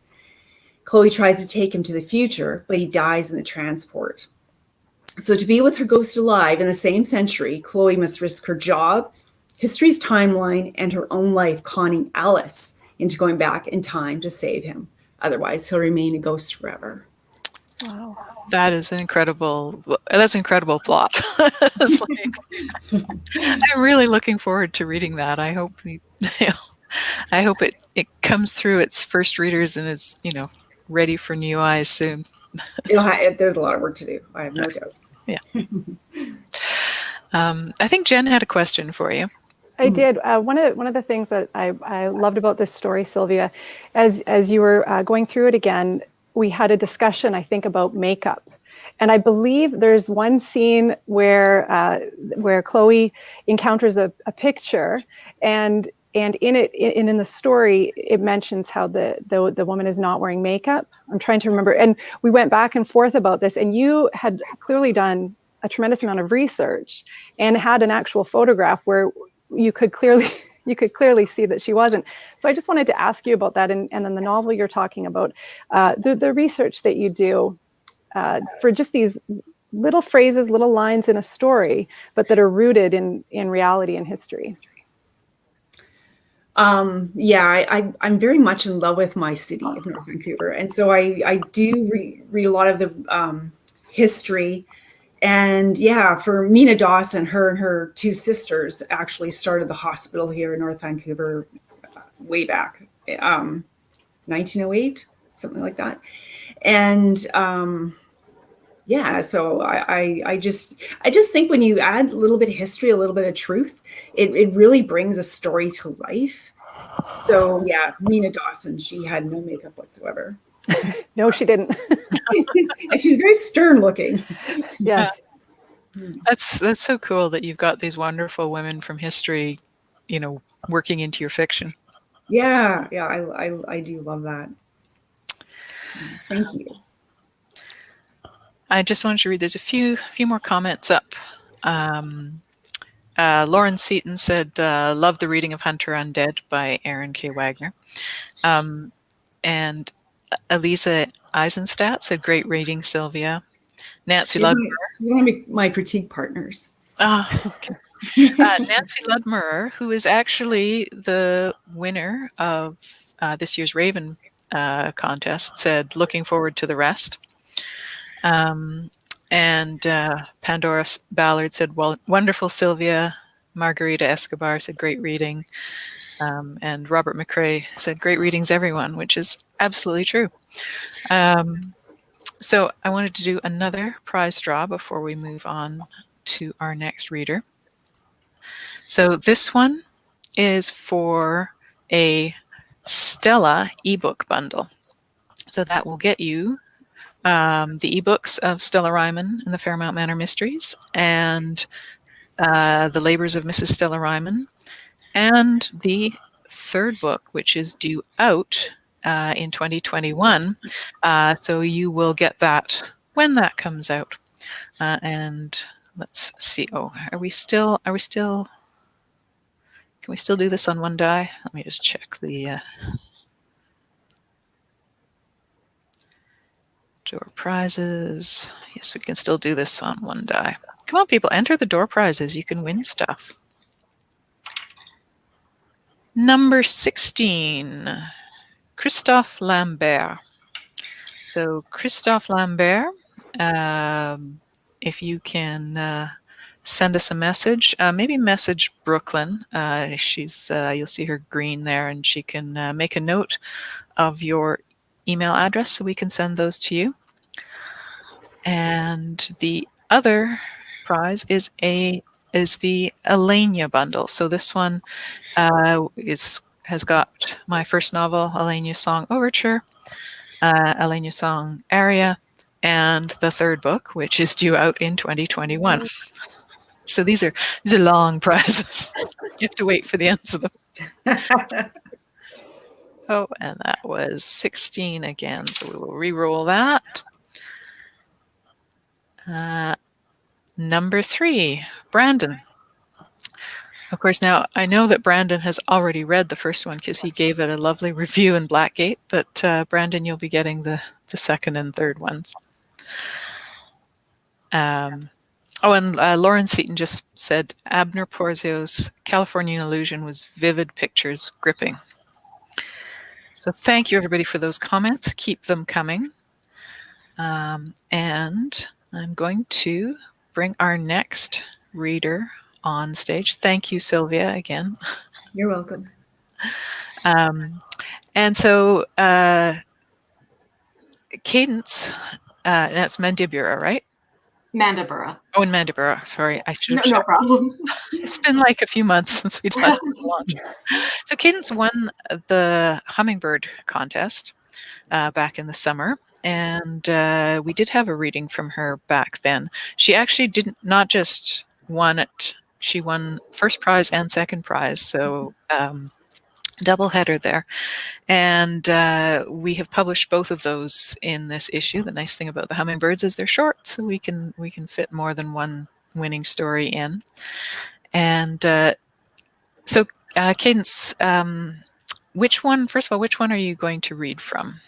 I'm going to read the runner-up, which was called River's 1001 Voice. It's a little shorter, so I can actually read the whole thing in less than 5 minutes, and it actually works a little bit better as a read piece, I think, than the winner does. All right. Well, I'm going to solo you here, and you can take that away. Alrighty. All right, River's 1001 Voice. River is cold and chatters all day in her 1001 voice. Big Sister says that's not how you count, but I ask her how you say it when something is 1,000 things and one thing at once, like River, and Big Sister has no answer. I spend a lot of time with River. You can make little whirlpools if you poke her in the right way, but I'm always more interested in her sounds than her shapes. She makes a medium glug-a-lug if you hold a branch underwater and let her bend around it, and a small fit if you strike the surface instead. Get a big rock and huck it, kersploosh! Everyone knows that one. Get a flat stone, pick your angle, wing it across the water surface, and watch the rock hop. Pad, pad, pad, pad, plop. Light as a cat's step until the river gulps the stone whole. Most people know that one too. Long after most kids get bored and run off to play their ball games, I keep testing out new sounds. A mittful of dirt flung proper makes a soft fizz over a river's gabble. Gravel, on the other hand, makes a dense pop, pop, pop, pop that you can stretch, depending. Throw slow to give the sound a long tail. For wedges, I like branches better than rocks, but either will do. A thick branch bundles river around it, with lots of possible results. Maybe you've broken a silky current, and now you have a choppy splash, splash, splash, as the water jumps against stone. Or maybe you've smoothed a rough patch, taken away one swishy patter. Or you create a deep gurgle, maybe funny, and it can be sad or scary too. But it's okay to be sad or scared around River. Sometimes I step back and let her chatter fast and cold in her 1001 voice. I can always rely on her. Not like home. I can't predict the voices anymore. Big sister is getting quieter and quieter, and she's always looking past everything around her. Sometimes after angry noises, she comes and holds me and says nothing, but I can feel how she shakes. She hasn't talked about running away, but I hear it in her long, gray silences. I'm staying home more, afraid if I leave that big sister might be gone when I get back. I ask if she wants to visit River with me, but big sister says no. So I stop playing with River. Instead, I come straight home with big sister after school every day and stick close when we do our chores and homework. Now big sister is gone, and I visit River for the first time in a long while. But when I get there, I don't recognize River. I can't hear her 1001 voice like I used to. She runs on in a hard rush. I'm cold, and I chatter. That's it. Thank you. Thank you. That was just lovely. And I'm so glad we have this on video because you're so dynamic when you read. You've got the hand motions and everything. It's lovely. And the rhythm of that story is lovely. Like all the sound effects and the sentences actually kind of have a rivery feel to them, the way it sort of kind of burbles on. So I know you're a taiko drummer. Do you think you get some of that sense of rhythm from that, or? Yeah, that's a great question. I was just thinking that. I do. I've always loved music. I played piano when I was younger, and then I did West African drumming, and right now I'm involved in a local taiko group here in Victoria. So I think I've always paid attention to music and listened for rhythms, and I really like I really like onomatopoeia and playing with sound and the rhythm of words in my fiction. So this was a lovely piece to really explore that. Well, it really shows. And I know you're not going to read from the Weeping Pools, but do you want to tell us a little bit about it? Sure. So I should know the first line off by heart, but the first line is something like, Sister Margaret needed to find out where the children were going at night. Yes. So she's watching. That's an awesome first line. That's right. So she's watching these kind of boarding school children sneak out in the middle of winter, and she doesn't know where they're going. So she needs to go follow them into the forest and find out what's happening with them. So it's flash fiction. So it's a really nice short read when folks can read it in the magazine. Yeah, it's it's lovely to have, that you got both of those in this issue. And there's some more comments coming in here. Sarah Wright said, "I'm cooking and listening to the readings, very calming." That's nice. And thank you, Brandon. He said, if you haven't read Jen's first novel, scope it out. HB said, excellent reading cadence. The way you read really kept me in it. And Susan Cottrell said, love the personification, all the sensory imagery, the meaningful relationships. Wonderful reading cadence. It is, yeah. And Lauren Seaton commenting on the Dark and Stormy by Mike Gillis says, loved the fun reading. And Brandon said, awesome reading cadence. So yeah, it was really well done. And now I'm going to add on our other Hummingbird winner from this year, Laura Coolman. And now Laura's over in Toronto, but you're originally from Romania, is that right? Correct, yeah. And my first landing in Canada was actually in Vancouver. Oh, well, okay. So there's a West Coast connection here. So do you want to tell us a little bit about your story, Glimpse of a Goddess? Yeah, so I guess it was a story that kept sitting somewhere in the back of my mind and I couldn't exactly form it for a while. I guess the first ideas for it I got just as I was about to leave Vancouver, I was lucky enough to take a trip on the fjords with one of those whale watching boats. And I loved the scenery, and I got to see a humpback and a pod of orcas. And I really loved the whole experience, and it stayed with me. And then a few years later, I was in Toronto visiting a museum, and there was in the gift shop, there was a little card which tried to personalize the water like a woman. And I really loved that one. And I somehow in my mind, the two ideas connected, but for a while I couldn't put my thoughts on words. And then one day it just clicked, and it came out of me within one sitting. And I felt like it was something that was a little emotional that I could also present to my writers group. We do every year, or we will probably skip this year, but we do every year a little cabaret where we do readings with music, and that one worked really well. And then I decided it's time to also try it out. And then the hummingbird took it. So. Wow. Yeah, congratulations.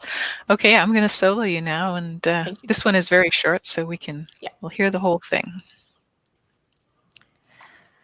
Glimpse of a goddess.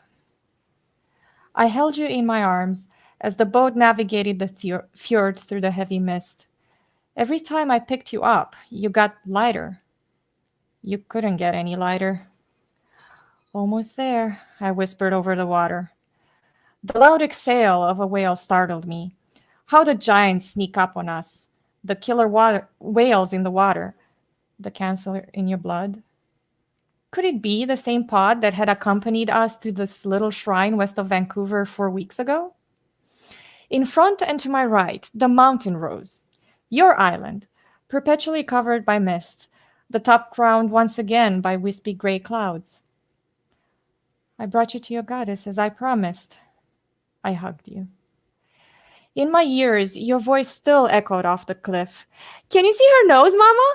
You had pointed to the rock protruding sideways from the mountain. The hair! The clouds rolled heavy atop the rock. There, by the water is her waist, and the water is her skirt.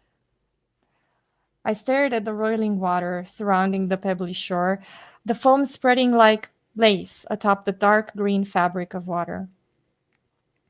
The orcas smoothed the liquid silk with their backs, broke it, and dove back. The water mended itself once they disappeared just below the surface. It was the same pod, one mother and 2 calves. The goddess of the island was hiding them in her skirt of water, just like last time. I can't get any closer, the captain yelled over the engine. The orcas puffed as they circled our now silent boat. Rounded boulders jutted out of the bare slopes of the mountain like old bones protruding through crumbling skin. My eyes clouded as I remembered your ribs protruding through your frail skin as the pain in your face dissolved away. I opened the urn and scooped you out, then dipped you into the water. One fist at a time, I let you go, let you swim with the orcas around the goddess of the island. Take good care of her, I asked the mountain as the engine roared back to life. Thank you for that lovely reading. And it's only just occurred to me now how well that fits with Michael's poem, which has both death and whales in it. I was thinking about that. It's an evening of whales. For me, it's evening, sorry. and again, it's like these your stories were chosen by Bob Thurber, our contest judge, and the poems were chosen by Dan and Emily with no consultation, but here they come together. And also the hummingbird winners this year all have sort of a watery theme to them, because we've got the waters of the ocean in yours, we've got the river and the weeping pools for Cadence's. So yeah, they're very lovely the way they all came together, and that was a beautiful reading. Thank you. Thank you as well. So what are you working on now? I'm trying to get myself to finish editing my novel, which has been, I started writing it in Vancouver. The second draft is ready, but I really need to get going through it one more time. And in the meantime, I keep getting distracted with short stories. I keep getting ideas and I keep like, oh, I'll just write this for a few days and then I go back. My novel is more science oriented because you keep mentioning that you almost finished a degree in genetics. I thought it was funny because I finally graduated in cancer biology. So then it's all this sciencey background. Yeah, it's funny how a lot of us with sort of science backgrounds end up, like it's like you kind of have to divide yourself between the worlds, but yeah. There's some more comments coming in. Cadence said, beautiful reading, Laura. Love the imagery of the lace and bones. Susan Peters said, beautiful. And Nancy Ludmer said, beautiful story and reading.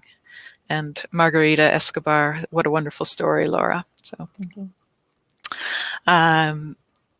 So I am going to bring on our last two guests for something completely different. And so this is Joseph Stilwell and Hugh Henderson, and I'll just bring you off, Laura. Thanks. So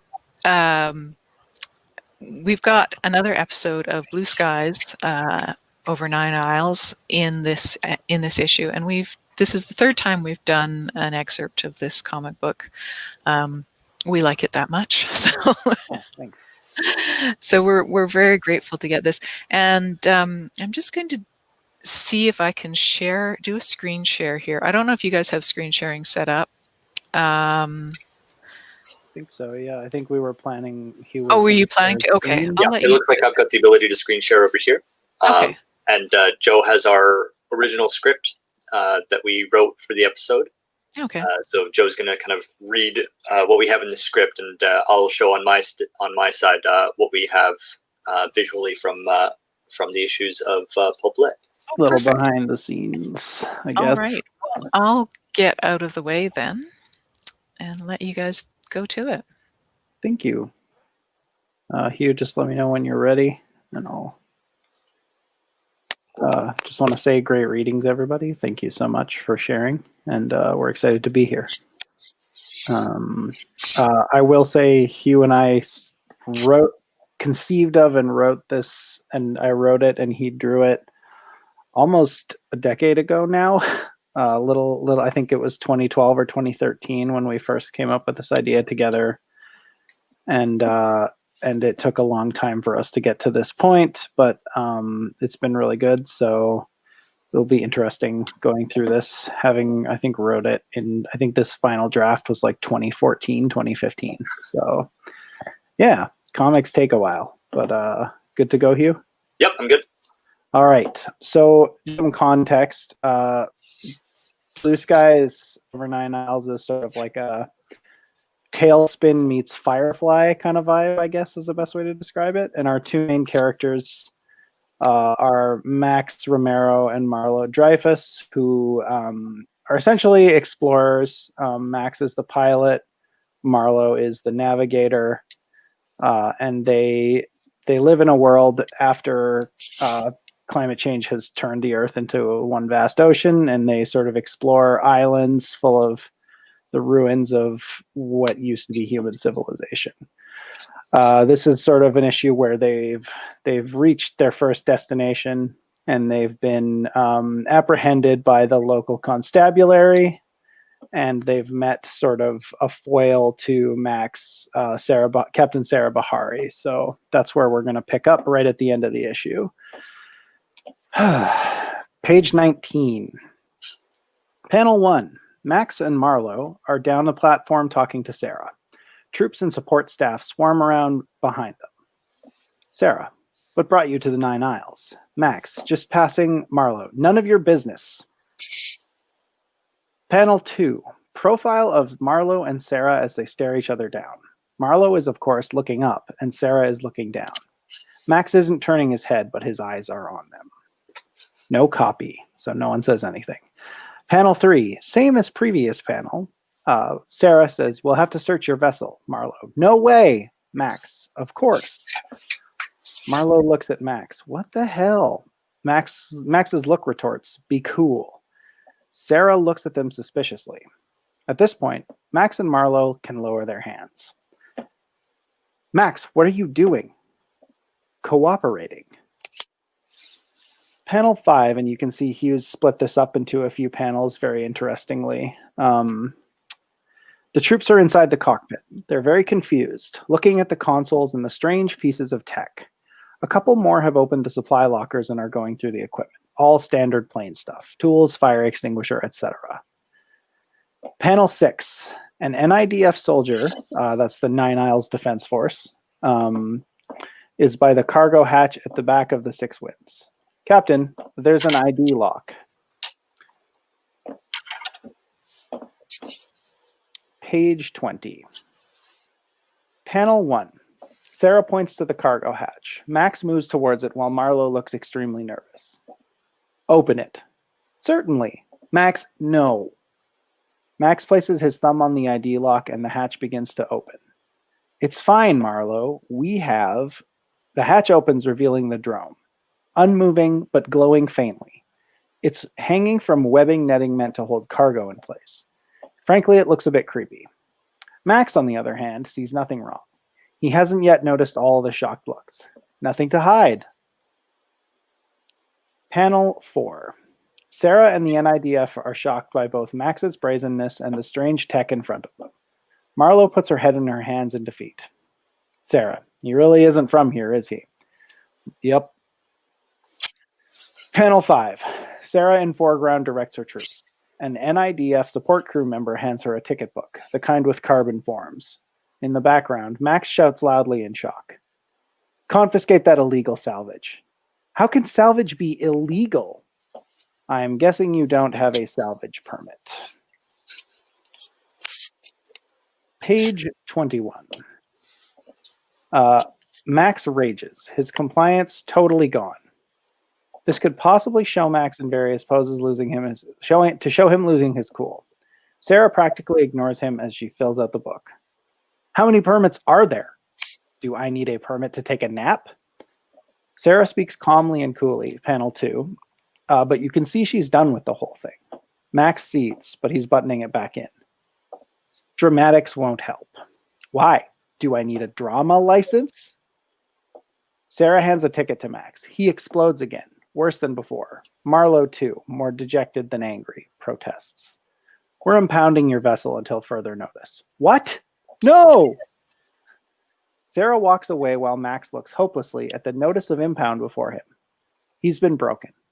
In the background, NIDF troops cart the drone away on a dolly.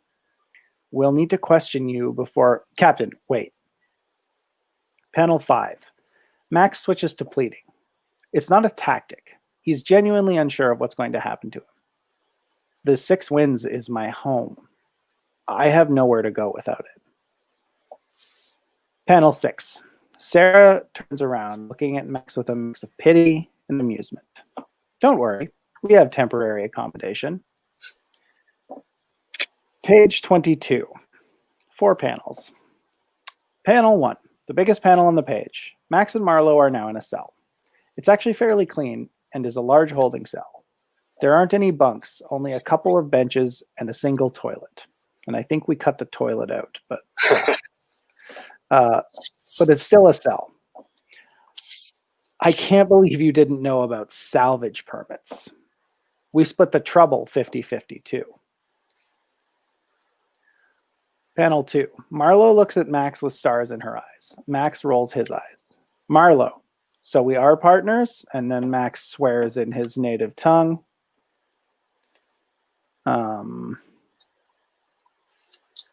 Page 23.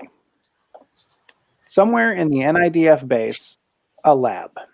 2 engineers work on various salvage parts. Most That's as far as we have in... Sorry. Yeah. Yeah. Yeah. That's good. There. It's a nice little bit there, though. It's kind of interesting looking back on the script versus the finished product. One of the things I've always really enjoyed about working on this project with Joe is just how the script format that is handed to me, there's a lot of collaboration that happens even after that. Even before that, we're talking about ideas, we go back and forth, and then even after that, sometimes dialogue changes, sometimes layouts change. Sometimes we pitch ideas back and forth until we find something that just works.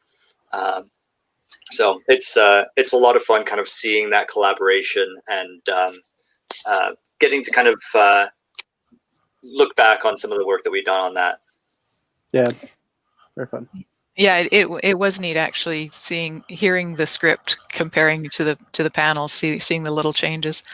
And not many people know this about me, but I did spend a few years at the Cartoon Institute in London, studying with Dougie Braithwaite and David Lloyd. So it's really cool being back in that process, and I haven't done comics for a very long time, but I still enjoy them, and I like seeing backstage with you guys. Good. So for anybody who wants the print versions, issue 14 and 19 have the first 2 episodes. And this was from the end of the episode. There's more at the beginning of this story in issue 29. And you can also go on to the Blue Skies website and find it in color with glowing green. Lots of glowing green. Glowing green. So what are you guys working on now?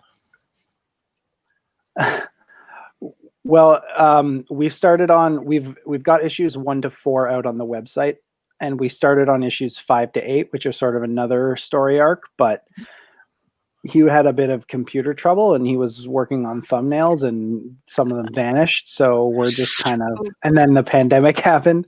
Yeah. So we're kind of just resting on our heels because we both work in animation as our day job. So it's just kind of when we have time. Mm-hmm. But it was fun going back and reading it again, and doing all this and seeing it all and kind of reminding me how it went. So I'm excited to get back into it when we have time. Yeah. 2020 has, of course, been a challenging year for us all. And unfortunately, one of my challenges was a computer explosion that... you just don't need that on top of everything else. Yeah. It was just kind of added to the pile. But, there's always opportunities. Like going back and looking at some of the work that we did here, it kind of makes me excited to think, okay, well, even though we lost stuff, how can we redo that work and, make it a little bit sharper, make it a little bit better. Yeah. So it's always fun to maybe take a little bit of inspiration from what's potentially a very, very unfortunate circumstance. But that was 2020. That's behind us now. We're in 2021. Hopefully we can, it's all full steam ahead now. Yeah. Yeah. Well, thank you so much, guys. It's great to have you back in this issue, and I hope we can publish episode 4 sometime soon too. It's Absolutely. We always have to kind of find an issue where we can make room for it because they are longer. We normally publish about 5-page comics, so having getting a 22-pager in there is but we do love having it. So and we really do appreciate it. We love seeing it published. So thank you. All right. I'm gonna thanks, guys. Oh, I'll just read out some comments here. There's a couple more have come in. Back to Robert McCrae said, beautiful reading, Laura. Newfoundland is another great whaling site. So if that's a little closer for you. Lauren Seaton said, Morse code by message from a ghost. Sylvia Leong, great reading. And Susan Cottrell had to dash off, but thank you all. Thoroughly enjoyed the variety of readings. And HP said, I've never witnessed a comic reading before. A really fun way to engage with the media. So do I read on in the issue? Well, no, you don't read on. You read prior in the issue. But like I said, hopefully we'll get episode 4 out sometime. And Robert McCrae said, love the blend of social concern and humor. And I do love the humor in that. I love Marlo. She's hilarious. All right. Well, thank you guys. Hang around in Discord. We're almost at the end. I'm going to squeeze a reading in here because I said I would. And then we've got a couple more. We have a couple more prizes. So anybody who has not yet, anybody who's not yet entered the door prize, do that because the best prizes are always at the end. And so, yes, I always leave my reading to last in case we run out of time, but I will give a very short one as we're getting close on time here. So this is an excerpt from Alena's song Oburakor, which is a novella that takes place in between the second book, Aria, which came out this spring, and the third book, Chorale, which is coming out next year. Or, oh God, it's coming out this year now. It's 2021. I better get moving. So it's, this happens when she has been in the Rangers for about 6 years and she has just mustered out. But she got a mysterious message from her grandfather just beforehand that asked her to go on this one last mission with a bunch of people she doesn't know. And no sooner had they met than they were transported by means of which they are not sure how yet to another place. And they really don't know much of anything yet. But where they are, they arrived and they noticed a sandstorm coming and decided to make a run for a small dot on the horizon. So it was a good 10 minutes of forced jog before the smudge resolved into the shape of a building, and another 5 before it was evident the building was ruined. We slowed, all of us breathing hard by now and coughing on the dust-filled air. It was a keep, a single square tower, half the height it must once have been. No doubt its roof and floors were long since gone, but at least it had walls. If the wind had been blowing the other way, if our noses hadn't been clogged with dust, we probably would have smelled it first. Instead, it was the Elvani woman who stumbled into the mouth of the keep and then reeled back into us, gagging. The light was failing as the sand closed in and the sun sank lower, but there was just enough of it to reveal the gruesome sight within. The square enclosure was drenched in blackened blood, from the 4 walls to the broken stone floor to the bodies and parts of bodies strewn about like so much unwashed laundry. Flies, safe from the wind, made their own counterpart to the howling sand outside.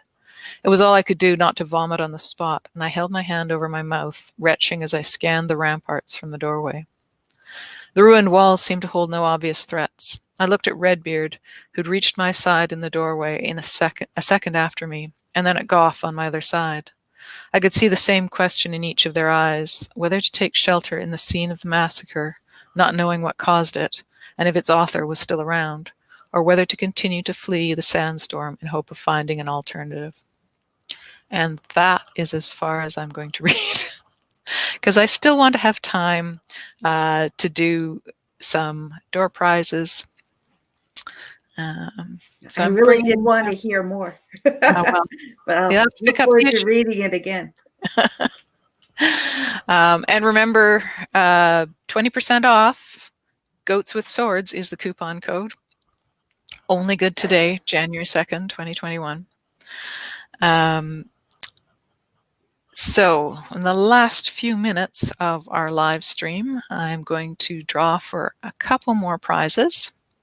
Let me just pull up the door prize.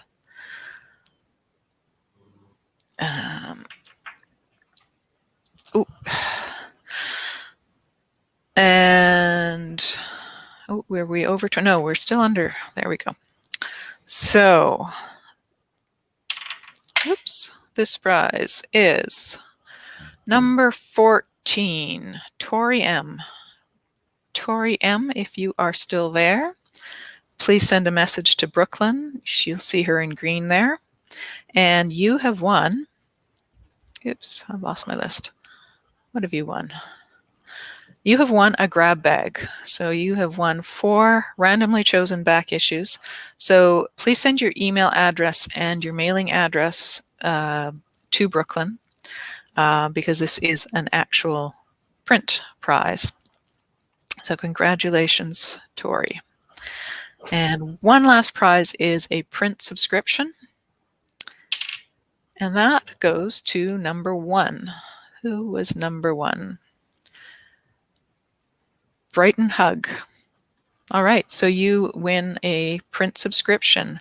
Now, I believe Brighton is a patron of ours and already has a print subscription. So if you would like 4 back issues instead, like before you started subscribing, or if you'd like to give that to somebody else, please let us know. But again, message Brooklyn in the Discord chat just to claim that prize. So thank you, everybody who have stayed on and watched. And thank you, audience, for all your comments. It really helps. Authors love hearing feedback on their work. And, we love sharing this with you. It's such a fun thing to do, to share all this together. So Mel and Jen, any last words on our launch today? Happy World Introvert Day. Oh, is it just fantastic? Rather fitting. Rather fitting, as we're all sitting here by ourselves. Yes. Yes, and what a wonderful group of stories they are in this issue. Everyone a joy to read. Absolutely. Yes, and I should just give a shout out to our cover author who couldn't be here today, Chris Sayer.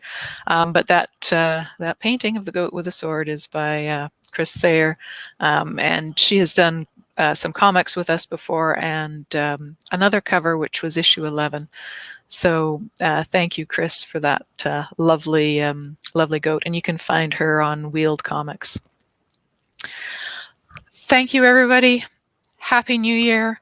Come over and join us in the Discord chat for more informal chat. And we'll see you all the next time. Happy New Year.